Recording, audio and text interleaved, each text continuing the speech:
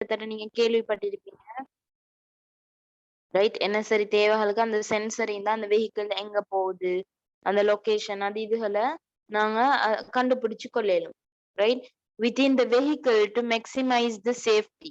Right? வெஹிக்கிள்ட சேஃப்டிய பாக்குறதுக்கு அத ஃபிட் பண்ணுவாங்க. And also ensure diverse facilities. Right? நிறைய பல்வேறுபட்ட வசதிகளை உருவாக்குற வகையிலையும் ரைட் இந்த எலக்ட்ரானிக் கம்போனன்ட்ஸ் அண்ட் எக்யூப்மெண்ட் செஞ்சு கொடுக்குறாங்க. ரைட்? பாருங்க, for example GPS technology and radio, television, air conditioning, AC, refrigerators. Right? அதுக்கு பக்கத்துல கமா ஒன்று வரும். And flexible seats. Right? Flexible சீட்ஸ்னா சீட்ஸை நாங்க சேர் மாதிரியும் இருக்கலும், சாஞ்சிட்டும் இருக்கலும், நல்லா நீட்டா போட்டு பெட் மாதிரியும் படுக்கலும். Like flexible sheets, automated doors. Doors வந்து ஆட்டோமேட்டிக்கா க்ளோஸ் பண்ணி ஓபன் பண்ற மாதிரி டோர்ஸ் உள்ள வெஹிக்கிள்ஸ் இருக்குது. Right? Automatic doors and locks, side mirrors. Right? Manoeuvring facilities for the disabled. அதாவது தன்னியக்க வசதிகள் யாருக்கு? டிசேபிள் பீப்புள் இருப்பாங்க. Right? Disabled differently able. Now டிசேபிள்டுன்னு சொல்லக்கூடாதுன்னு சொல்லுவாங்க. டிஃபரண்ட்லி ஏபிள், மாற்றுத்திறனாளர்கள். ரைட்? அவங்களுக்கான வசதிகளையும் செய்யக்கூடிய வெஹிக்கிள்ஸ் இப்ப இருக்குது. And automated main lights. Right? அதாவது தன்னியக்க மெயினா அதுல இருக்கக்கூடிய லைட்ஸ் வந்து ஆட்டோமேட்டிக்கா ஒர்க் பண்ணக்கூடிய மாதிரி வசதிகள் இருக்குது. Automatic starting and safety system. Right? இந்த மாதிரி எல்லாமே இப்ப வரக்கூடிய இந்த கிட்டத்தட்ட நாங்க பார்த்த அந்த அல்ட்ரா லக்ஸரி வெஹிக்கிள்ஸ்ல இது எல்லாமே இருக்கும் மோஸ்ட்லி.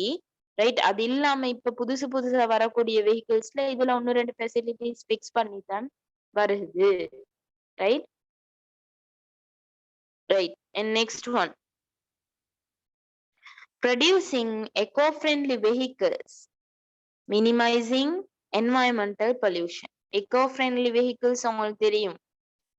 ஃபார் எக்ஸாம்பிள் நாங்க fuel fill பண்ணாம ஓடக்கூடிய வெஹிக்கிள்ஸ் லைக் பைசிக்கிள் உங்களுக்கு தெரியும். நீங்க கேள்விப்பட்டிருக்கிறீங்களோ தெரியாது. இந்த ஜப்பான்ல எல்லாம் மோஸ்ட்லி சைக்கிள்ஸ். ரைட்? சைக்கிள்ஸ் தான் மிச்சமே ஓடுறாங்க இந்த காலத்திலயும். ஜப்பான், கொரியா அந்த நாடுகள்ல சைக்கிள் தான் நிறைய பேர் ஒர்க் போறது, ஸ்கூல் போறது, இந்த மாதிரி தேவைகளுக்கு சைக்கிள் தான் பாவிக்கிறாங்க. அப்ப இங்க எக்கோ ஃப்ரெண்ட்லி வெஹிக்கிளுக்கு சைக்கிளும் வரும். But there are some vehicles at present it works after charging. Charge பண்றது எலக்ட்ரிசிட்டி மூலம் ஒர்க் பண்ணக்கூடியது. அப்ப அந்த மாதிரி இதுகளால சார்ஜ்ல ஓடுற வெஹிக்கிள்ஸ்ல இருந்து அந்த fuel burn ஆகி வர அந்த ஸ்மோக் வந்து வெளியே வராது. மத்த வெஹிக்கிள்ஸ்ல எல்லாம் fuel burn ஆக அதுல இருந்து ஸ்மோக் கொஞ்சம் கொஞ்சமா வந்து சரி அது அட்மாஸ்பியர்ல கலக்கும். அப்ப அது என்வாயன்மெண்டல் பொல்யூஷனை ஏற்படுத்தும். பட் இது இந்த சார்ஜ்ல ஓடக்கூடிய வெஹிக்கிள்ஸ பார்த்தா அது வந்து என்வாயன்மெண்டல் பொல்யூஷனை ஏற்படுத்தாது. அப்ப அதைத்தான் எக்கோ ஃப்ரெண்ட்லி வெஹிக்கிள்ஸ்னு சொல்றாங்க. அதையும் ப்ரொடியூஸ் பண்றாங்க. Next one, countries that have developed the automobile industry have started production factories in other countries. இந்த ஆட்டோமொபைல் ப்ரொடக்ஷன் செய்யக்கூடிய சில கண்ட்ரிஸ் என்ன செய்தான், வேற கண்ட்ரீஸ்ல அது கம்பெனிஸ் உருவாக்குதான். ரைட்? அவங்க வேற நாடுகள்ல கம்பெனிகளை உருவாக்கி இருக்கிறாங்க. ரைட்? பாருங்க, production factories in other countries, உற்பத்தி தொழிற்சாலைகளை வேற நாடுகள்ல நிறுவுதல். And next one, Japan has plant to manufacture mostly light and hybrid vehicles. Right? அதாவது ஜப்பான்ல லைட் அண்ட் ஹைபிரிட் வெஹிக்கிள்ஸ்னு சொன்னா கலப்பின வாகனங்கள்னு சொல்றது. லிக்விட் fuelலையும் ஓடும், எலக்ட்ரிசிட்டிலையும் ஓடும், அந்த மாதிரி வெஹிக்கிள்ஸ் தான். ரைட்? அதுதான் அந்த மாதிரி வெஹிக்கிள்ஸும் ஜப்பான்ல ஹேஸ் பிளான்ட் பிளான் பண்ணப்பட்டு இருக்குது அந்த ரெண்டுலயுமே ஓடக்கூடிய வெஹிக்கிள்ஸ கண்டுபிடிக்கிறதுக்கு. ரைட்? இப்ப இருக்கிற வெஹிக்கிள் ஒண்ணு fuelல, ஒண்ணு எலக்ட்ரிசிட்டில.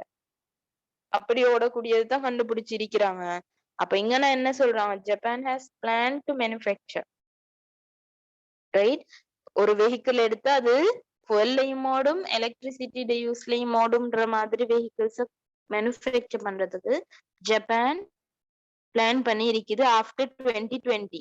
ஆஃப்டர் 2020ல தான் இந்த COVID-19 வந்துட்டு, அப்ப இதுக்கு பிறகுதான் அவங்க அவங்களோட பிளானிங்க இம்ப்ளிமெண்ட் பண்ண தொடங்குவாங்க. And next one. For the economic use of fuel, right? For the economic use of fuel, there is a tendency to produce smaller vehicles. இப்ப நிறைய அளவுல வெஹிக்கிள்ஸ்க்கு இன்னும் இந்த ஆட்டோமொபைல் ஸ்மாலர் வெஹிக்கிள்ஸ் சின்ன சின்ன வாகனங்களை கண்டுபிடிக்கிறதுக்கான டெண்டன்சி தான் இப்ப அதிகரிச்சுட்டு வருது. ஃபார் எக்ஸாம்பிள் பைக்லயே நிறைய வகை, கார்கள்ல நிறைய வகை, 3 வீலர்ஸ், அந்த மாதிரி இதுகள்ல ஒவ்வொரு வகையான மாடல்ஸ் தான் கண்டுபிடிச்சு கொண்டு வராங்க, smaller vehicles. Right? Okay. Now did you all understand up to here? Yes, teacher. Yes, teacher. Akifa, Rafatara, in the history. Which prophet is linked with this shipbuilding industry? Nuh Nabi. Yes. Prophet Nuh. He is linked with this. Yes. Yes, Nuh alayhi salam தான் இந்த shipbuilding industry-யோட சம்பந்தப்பட்ட ஒரு நபியாக இருக்கிறாங்க. Right? So here see, it progressed simultaneously. Right? It means, progressed mean, அது ஒரு வளர்ச்சி அடைஞ்சுதான். Right? Simultaneously with the development of the iron and steel industry. இந்த இரும்பு மற்றும் உருக்கு கைத்தொழில்களோடயே இணைஞ்சுதான் இதுவும் வளர்ச்சி அடைஞ்சுதான். Right? And also with the exploration by the European nation. Right? ஐரோப்பிய நாட்டவர்கள் நிறைய எக்ஸ்ப்ளோரேஷன்ஸ் அந்த காலங்கள்ல நாடுகாண் பயணங்கள் எல்லாம் மேற்கொண்டாங்க. அப்ப அந்த யூரோப்பியன் நேஷன்ஸ் எக்ஸ்ப்ளோரேஷன்ஸும் இந்த அயர்ன் அண்ட் ஸ்டீல் இண்டஸ்ட்ரி டெவலப்மெண்ட்டும் தான் இந்த ஷிப் பில்டிங் இண்டஸ்ட்ரி இன்னும் க்ரோ ஆகிறதுக்கு மெயின் 2 ரீசன்ஸாக இருந்ததாம். When from the later half of the 18th century. Right? 18ஆம் நூற்றாண்டோட ஹாஃப்ல இருந்து தான், ரைட், பின்னரை பகுதின்னு சொல்லக்கூடிய லேட்டர் ஹாஃப், பின்னரை பகுதியில தான் இது ஃபேமஸாக தொடர்ந்துச்சுதான். There were a few factors that contributed to the development of the shipbuilding industry in Europe. பாருங்க, யூரோப்ல, ஐரோப்பியாவுல, ரைட், யூரோப்பியன் கண்டினென்ட், அங்க இந்த ஷிப் பில்டிங் இண்டஸ்ட்ரி டெவலப் ஆகிறதுக்கு கொஞ்சம் டெவலப் ஆகினதுக்கு கொஞ்சம் ரீசன் சொல்றான். The first reason, பாருங்க, the high demand for ships due to explorations by European nations after the in Europe. Right? Renaissance மலர்ச்சி இப்படின்ற ஒரு வேர்ட் நீங்க ஹிஸ்டரியில படிச்சிருப்பீங்க, இல்லாட்டி படிக்க போறீங்களா இருக்கும். ரைட்? அப்ப ரினைசன்ஸ் இன் யூரோப்னு சொல்றது ஐரோப்பிய மறுமலர்ச்சிக்கு பிறகு என்ன நடக்குது? For trade, fishing, war activities. Right? Trade means வியாபாரம், fishing மீன்பிடி, war activities means இந்த யுத்த நடவடிக்கைகள். இந்த 3 ரீசன்காகவும் இந்த ஐரோப்பிய மறுமலர்ச்சிக்கு பிறகு என்ன நடக்குது? ஷிப்ஸுக்கான டிமாண்ட் இன்னும் கூடுது. ரைட்? கப்பல்களுக்கான கேள்வி கூடுனதால தான், இந்த 3 ரீசன்காகவும் கப்பல் தேவைப்பட்டதால தான் ஆன ஷிப் பில்டிங் இண்டஸ்ட்ரியில யூரோப்ல டெவலப் ஆக ஆரம்பிக்குது. And second one, availability of timber and steel required for shipbuilding. கப்பல் கட்டுறதுக்கு 2 விஷயம், மெயின் 2 ப்ராடக்ட் தேவை. அதுதான் என்ன? timber, மரம் தேவை, மரப்பலகை தேவை, and steel, right? இரும்பு அல்லது உருக்கு. All differences between the iron and steel, you all know.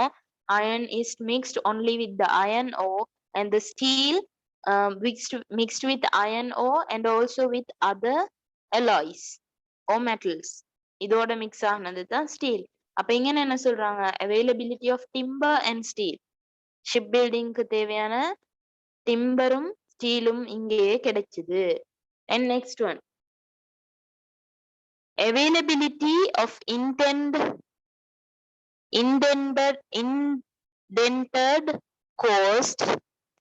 Indented coast means ஒரு பாதுகாப்பான கரையோர பகுதி ஒன்று இருந்தது. என்னத்துக்கு? required to make shipping docks, right? நான் உங்களுக்கு இதுக்கு முன்னாடி Your voice is not clear. now okay.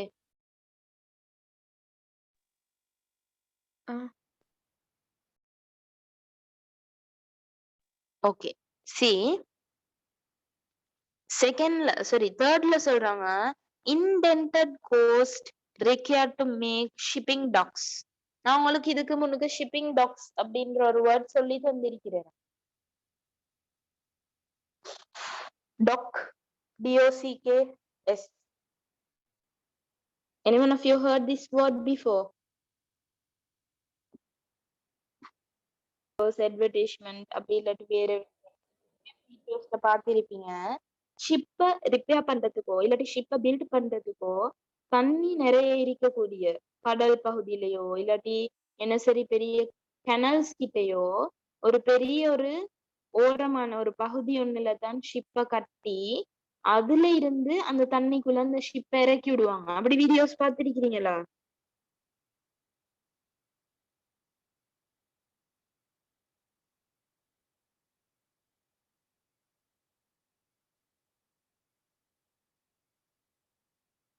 Children, can't you hear me?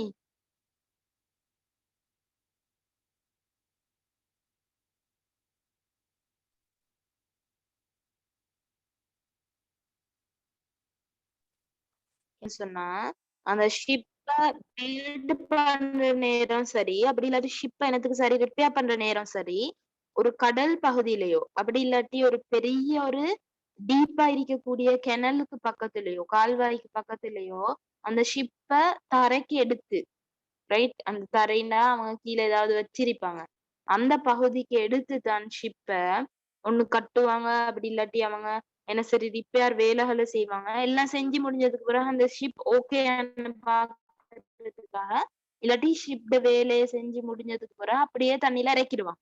அந்த மாதிரி வீடியோ என்ன சரி பாத்திருக்கீங்களா? திடீர்னு ஒரு ஷிப்பை தண்ணியுளுக்கு மூவ் பண்ணி அந்த மாதிரி. இல்ல. நான் இன்ஷால்லா அந்த மாதிரி வீடியோன்னு போடுறேன். அந்த ஷிப்பை தரைக்கு கொண்டு வந்து அந்த ரிப்பேர் பாக்குற அந்த இடம் இருக்குது, அந்த கோஸ்டோட சேர்ந்த இடம் இருக்குது, கரையோரத்தை சேர்ந்த இடம், அந்த தரைக்கு கொண்டு வந்து அந்த ஷிப்பை கட்டுறதோ அப்படி இல்லாட்டி ஷிப்பை பழுது பாக்குறதோ அதுக்குள்ள இடத்தை தான் சொல்றது ஷிப்பிங் டாக்ஸ், ரைட்? கப்பல்களை ஏத்தி வச்சு செய்யக்கூடிய ரிப்பேர் எல்லாம் பார்க்கக்கூடிய ஒரு இடம் தான் shipping dock, right? Right. And அப்ப இங்க யூரோப்பியன் கண்டினென்ட்ல என்ன நடக்குது? இந்தியன் கோஸ்ட் ஒரு பாதுகாப்பான கரையோரத்துல இந்த ஷிப்ஸ் மேக் பண்றதுக்கான ஷிப்பிங் டாக்ஸ் ஒரு பாதுகாப்பான முறையில அமைஞ்ச ஷிப்பிங் டாக் இருந்ததால அவங்களுக்கு இந்த ஷிப் பில்டிங் இண்டஸ்ட்ரிய இன்னும் செய்யறதுக்கு ஈஸியா இருந்தது அப்படின்னு சொல்றாங்க, right? Now see the fourth one, state patronage. அரச ஆதரவு, அரசாங்கமும் ஒரு ஆதரவு கொடுக்குது, ரைட்? பாருங்க,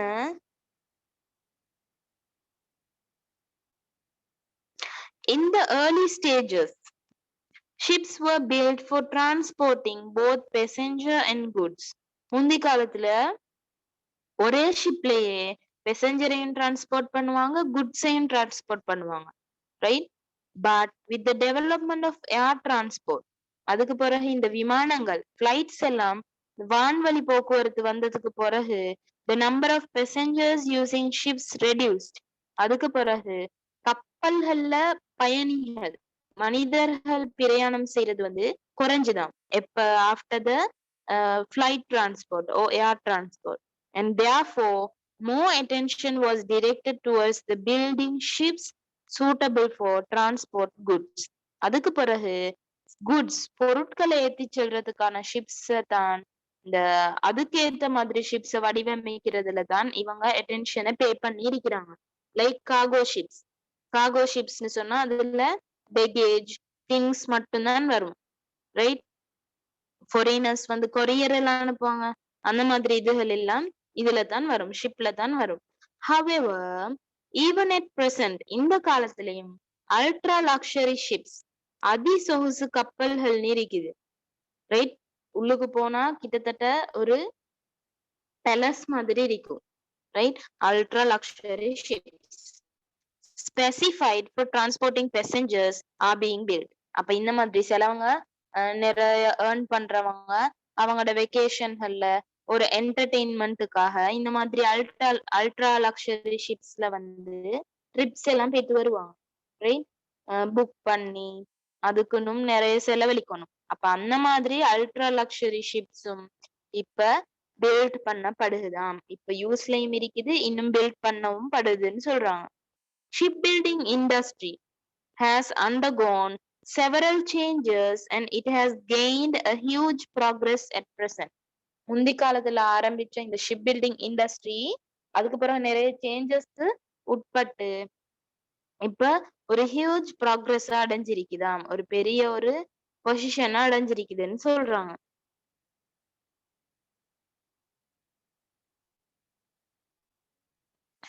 வெயிட் வேர்ல்ட் இப்ப இந்த காலத்துல இருக்கக்கூடிய இந்த ஷிப் பில்டிங் இண்டஸ்ட்ரிய பார்த்தா, கப்பல் கட்டுற கைத்தொழில பார்த்தா, it is clear that the ships are being built considering the types of goods that are transported, right? அப்ப நான் பார்த்தோமேனா ஃபர்ஸ்ட்டுக்கு முந்தி காலத்துல பெசஞ்சர்ஸே நிறைய டிராவல் பண்ற மாதிரி ஏர் டிரான்ஸ்போர்ட் வந்ததுக்கு பிறகு ஷிப்ஸ்ல போற பெசஞ்சர்ஸ் அமௌண்ட் வந்து ரெடியூஸ் ஆகுனதால இப்ப ஷிப்ஸ் வந்து குட்ஸை டிரான்ஸ்போர்ட் பண்ற பர்பஸை வச்சு தான் பில்ட் பண்ணப்படுது. அதே மாதிரி எப்படி நாங்க ஒவ்வொரு மோட்டார் வெஹிக்கிள்ஸும் அதுல போற பெசஞ்சர்ஸ் அது கொண்டு போற குட்ஸுக்கு ஏத்த மாதிரி டிஃபரெண்ட் ஆகுதுன்னு பார்த்தோமோ, அதே மாதிரி தான் நீங்க என்ன சொல்றாங்க, அந்த ஒவ்வொரு ஷிப்ஸும் அந்த அந்த அதுல கொண்டு போகக்கூடிய குட்ஸுக்கு ஏத்த மாதிரி வடிவமைக்கப்படுதுன்னு சொல்றாங்க. பாருங்க, bulk carriers, tankers, container ships, right? Bulk carriers means நிறைய அளவிலான, பல்க்னு சொல்றது மொத்த தொகை, அதாவது பாரிய அளவிலான தொகைகள், அந்த மாதிரி பல்கா பொருட்களை கொண்டு போறது. And tankers, right?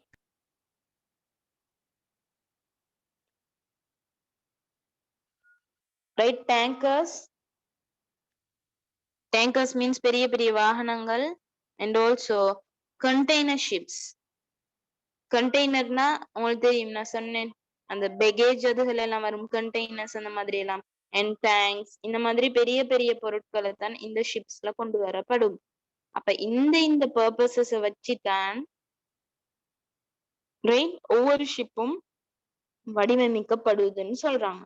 Now did you all understand up to here? Anybody has doubts? Doubt Hikmaku? Understood? Understood, teacher. Okay, so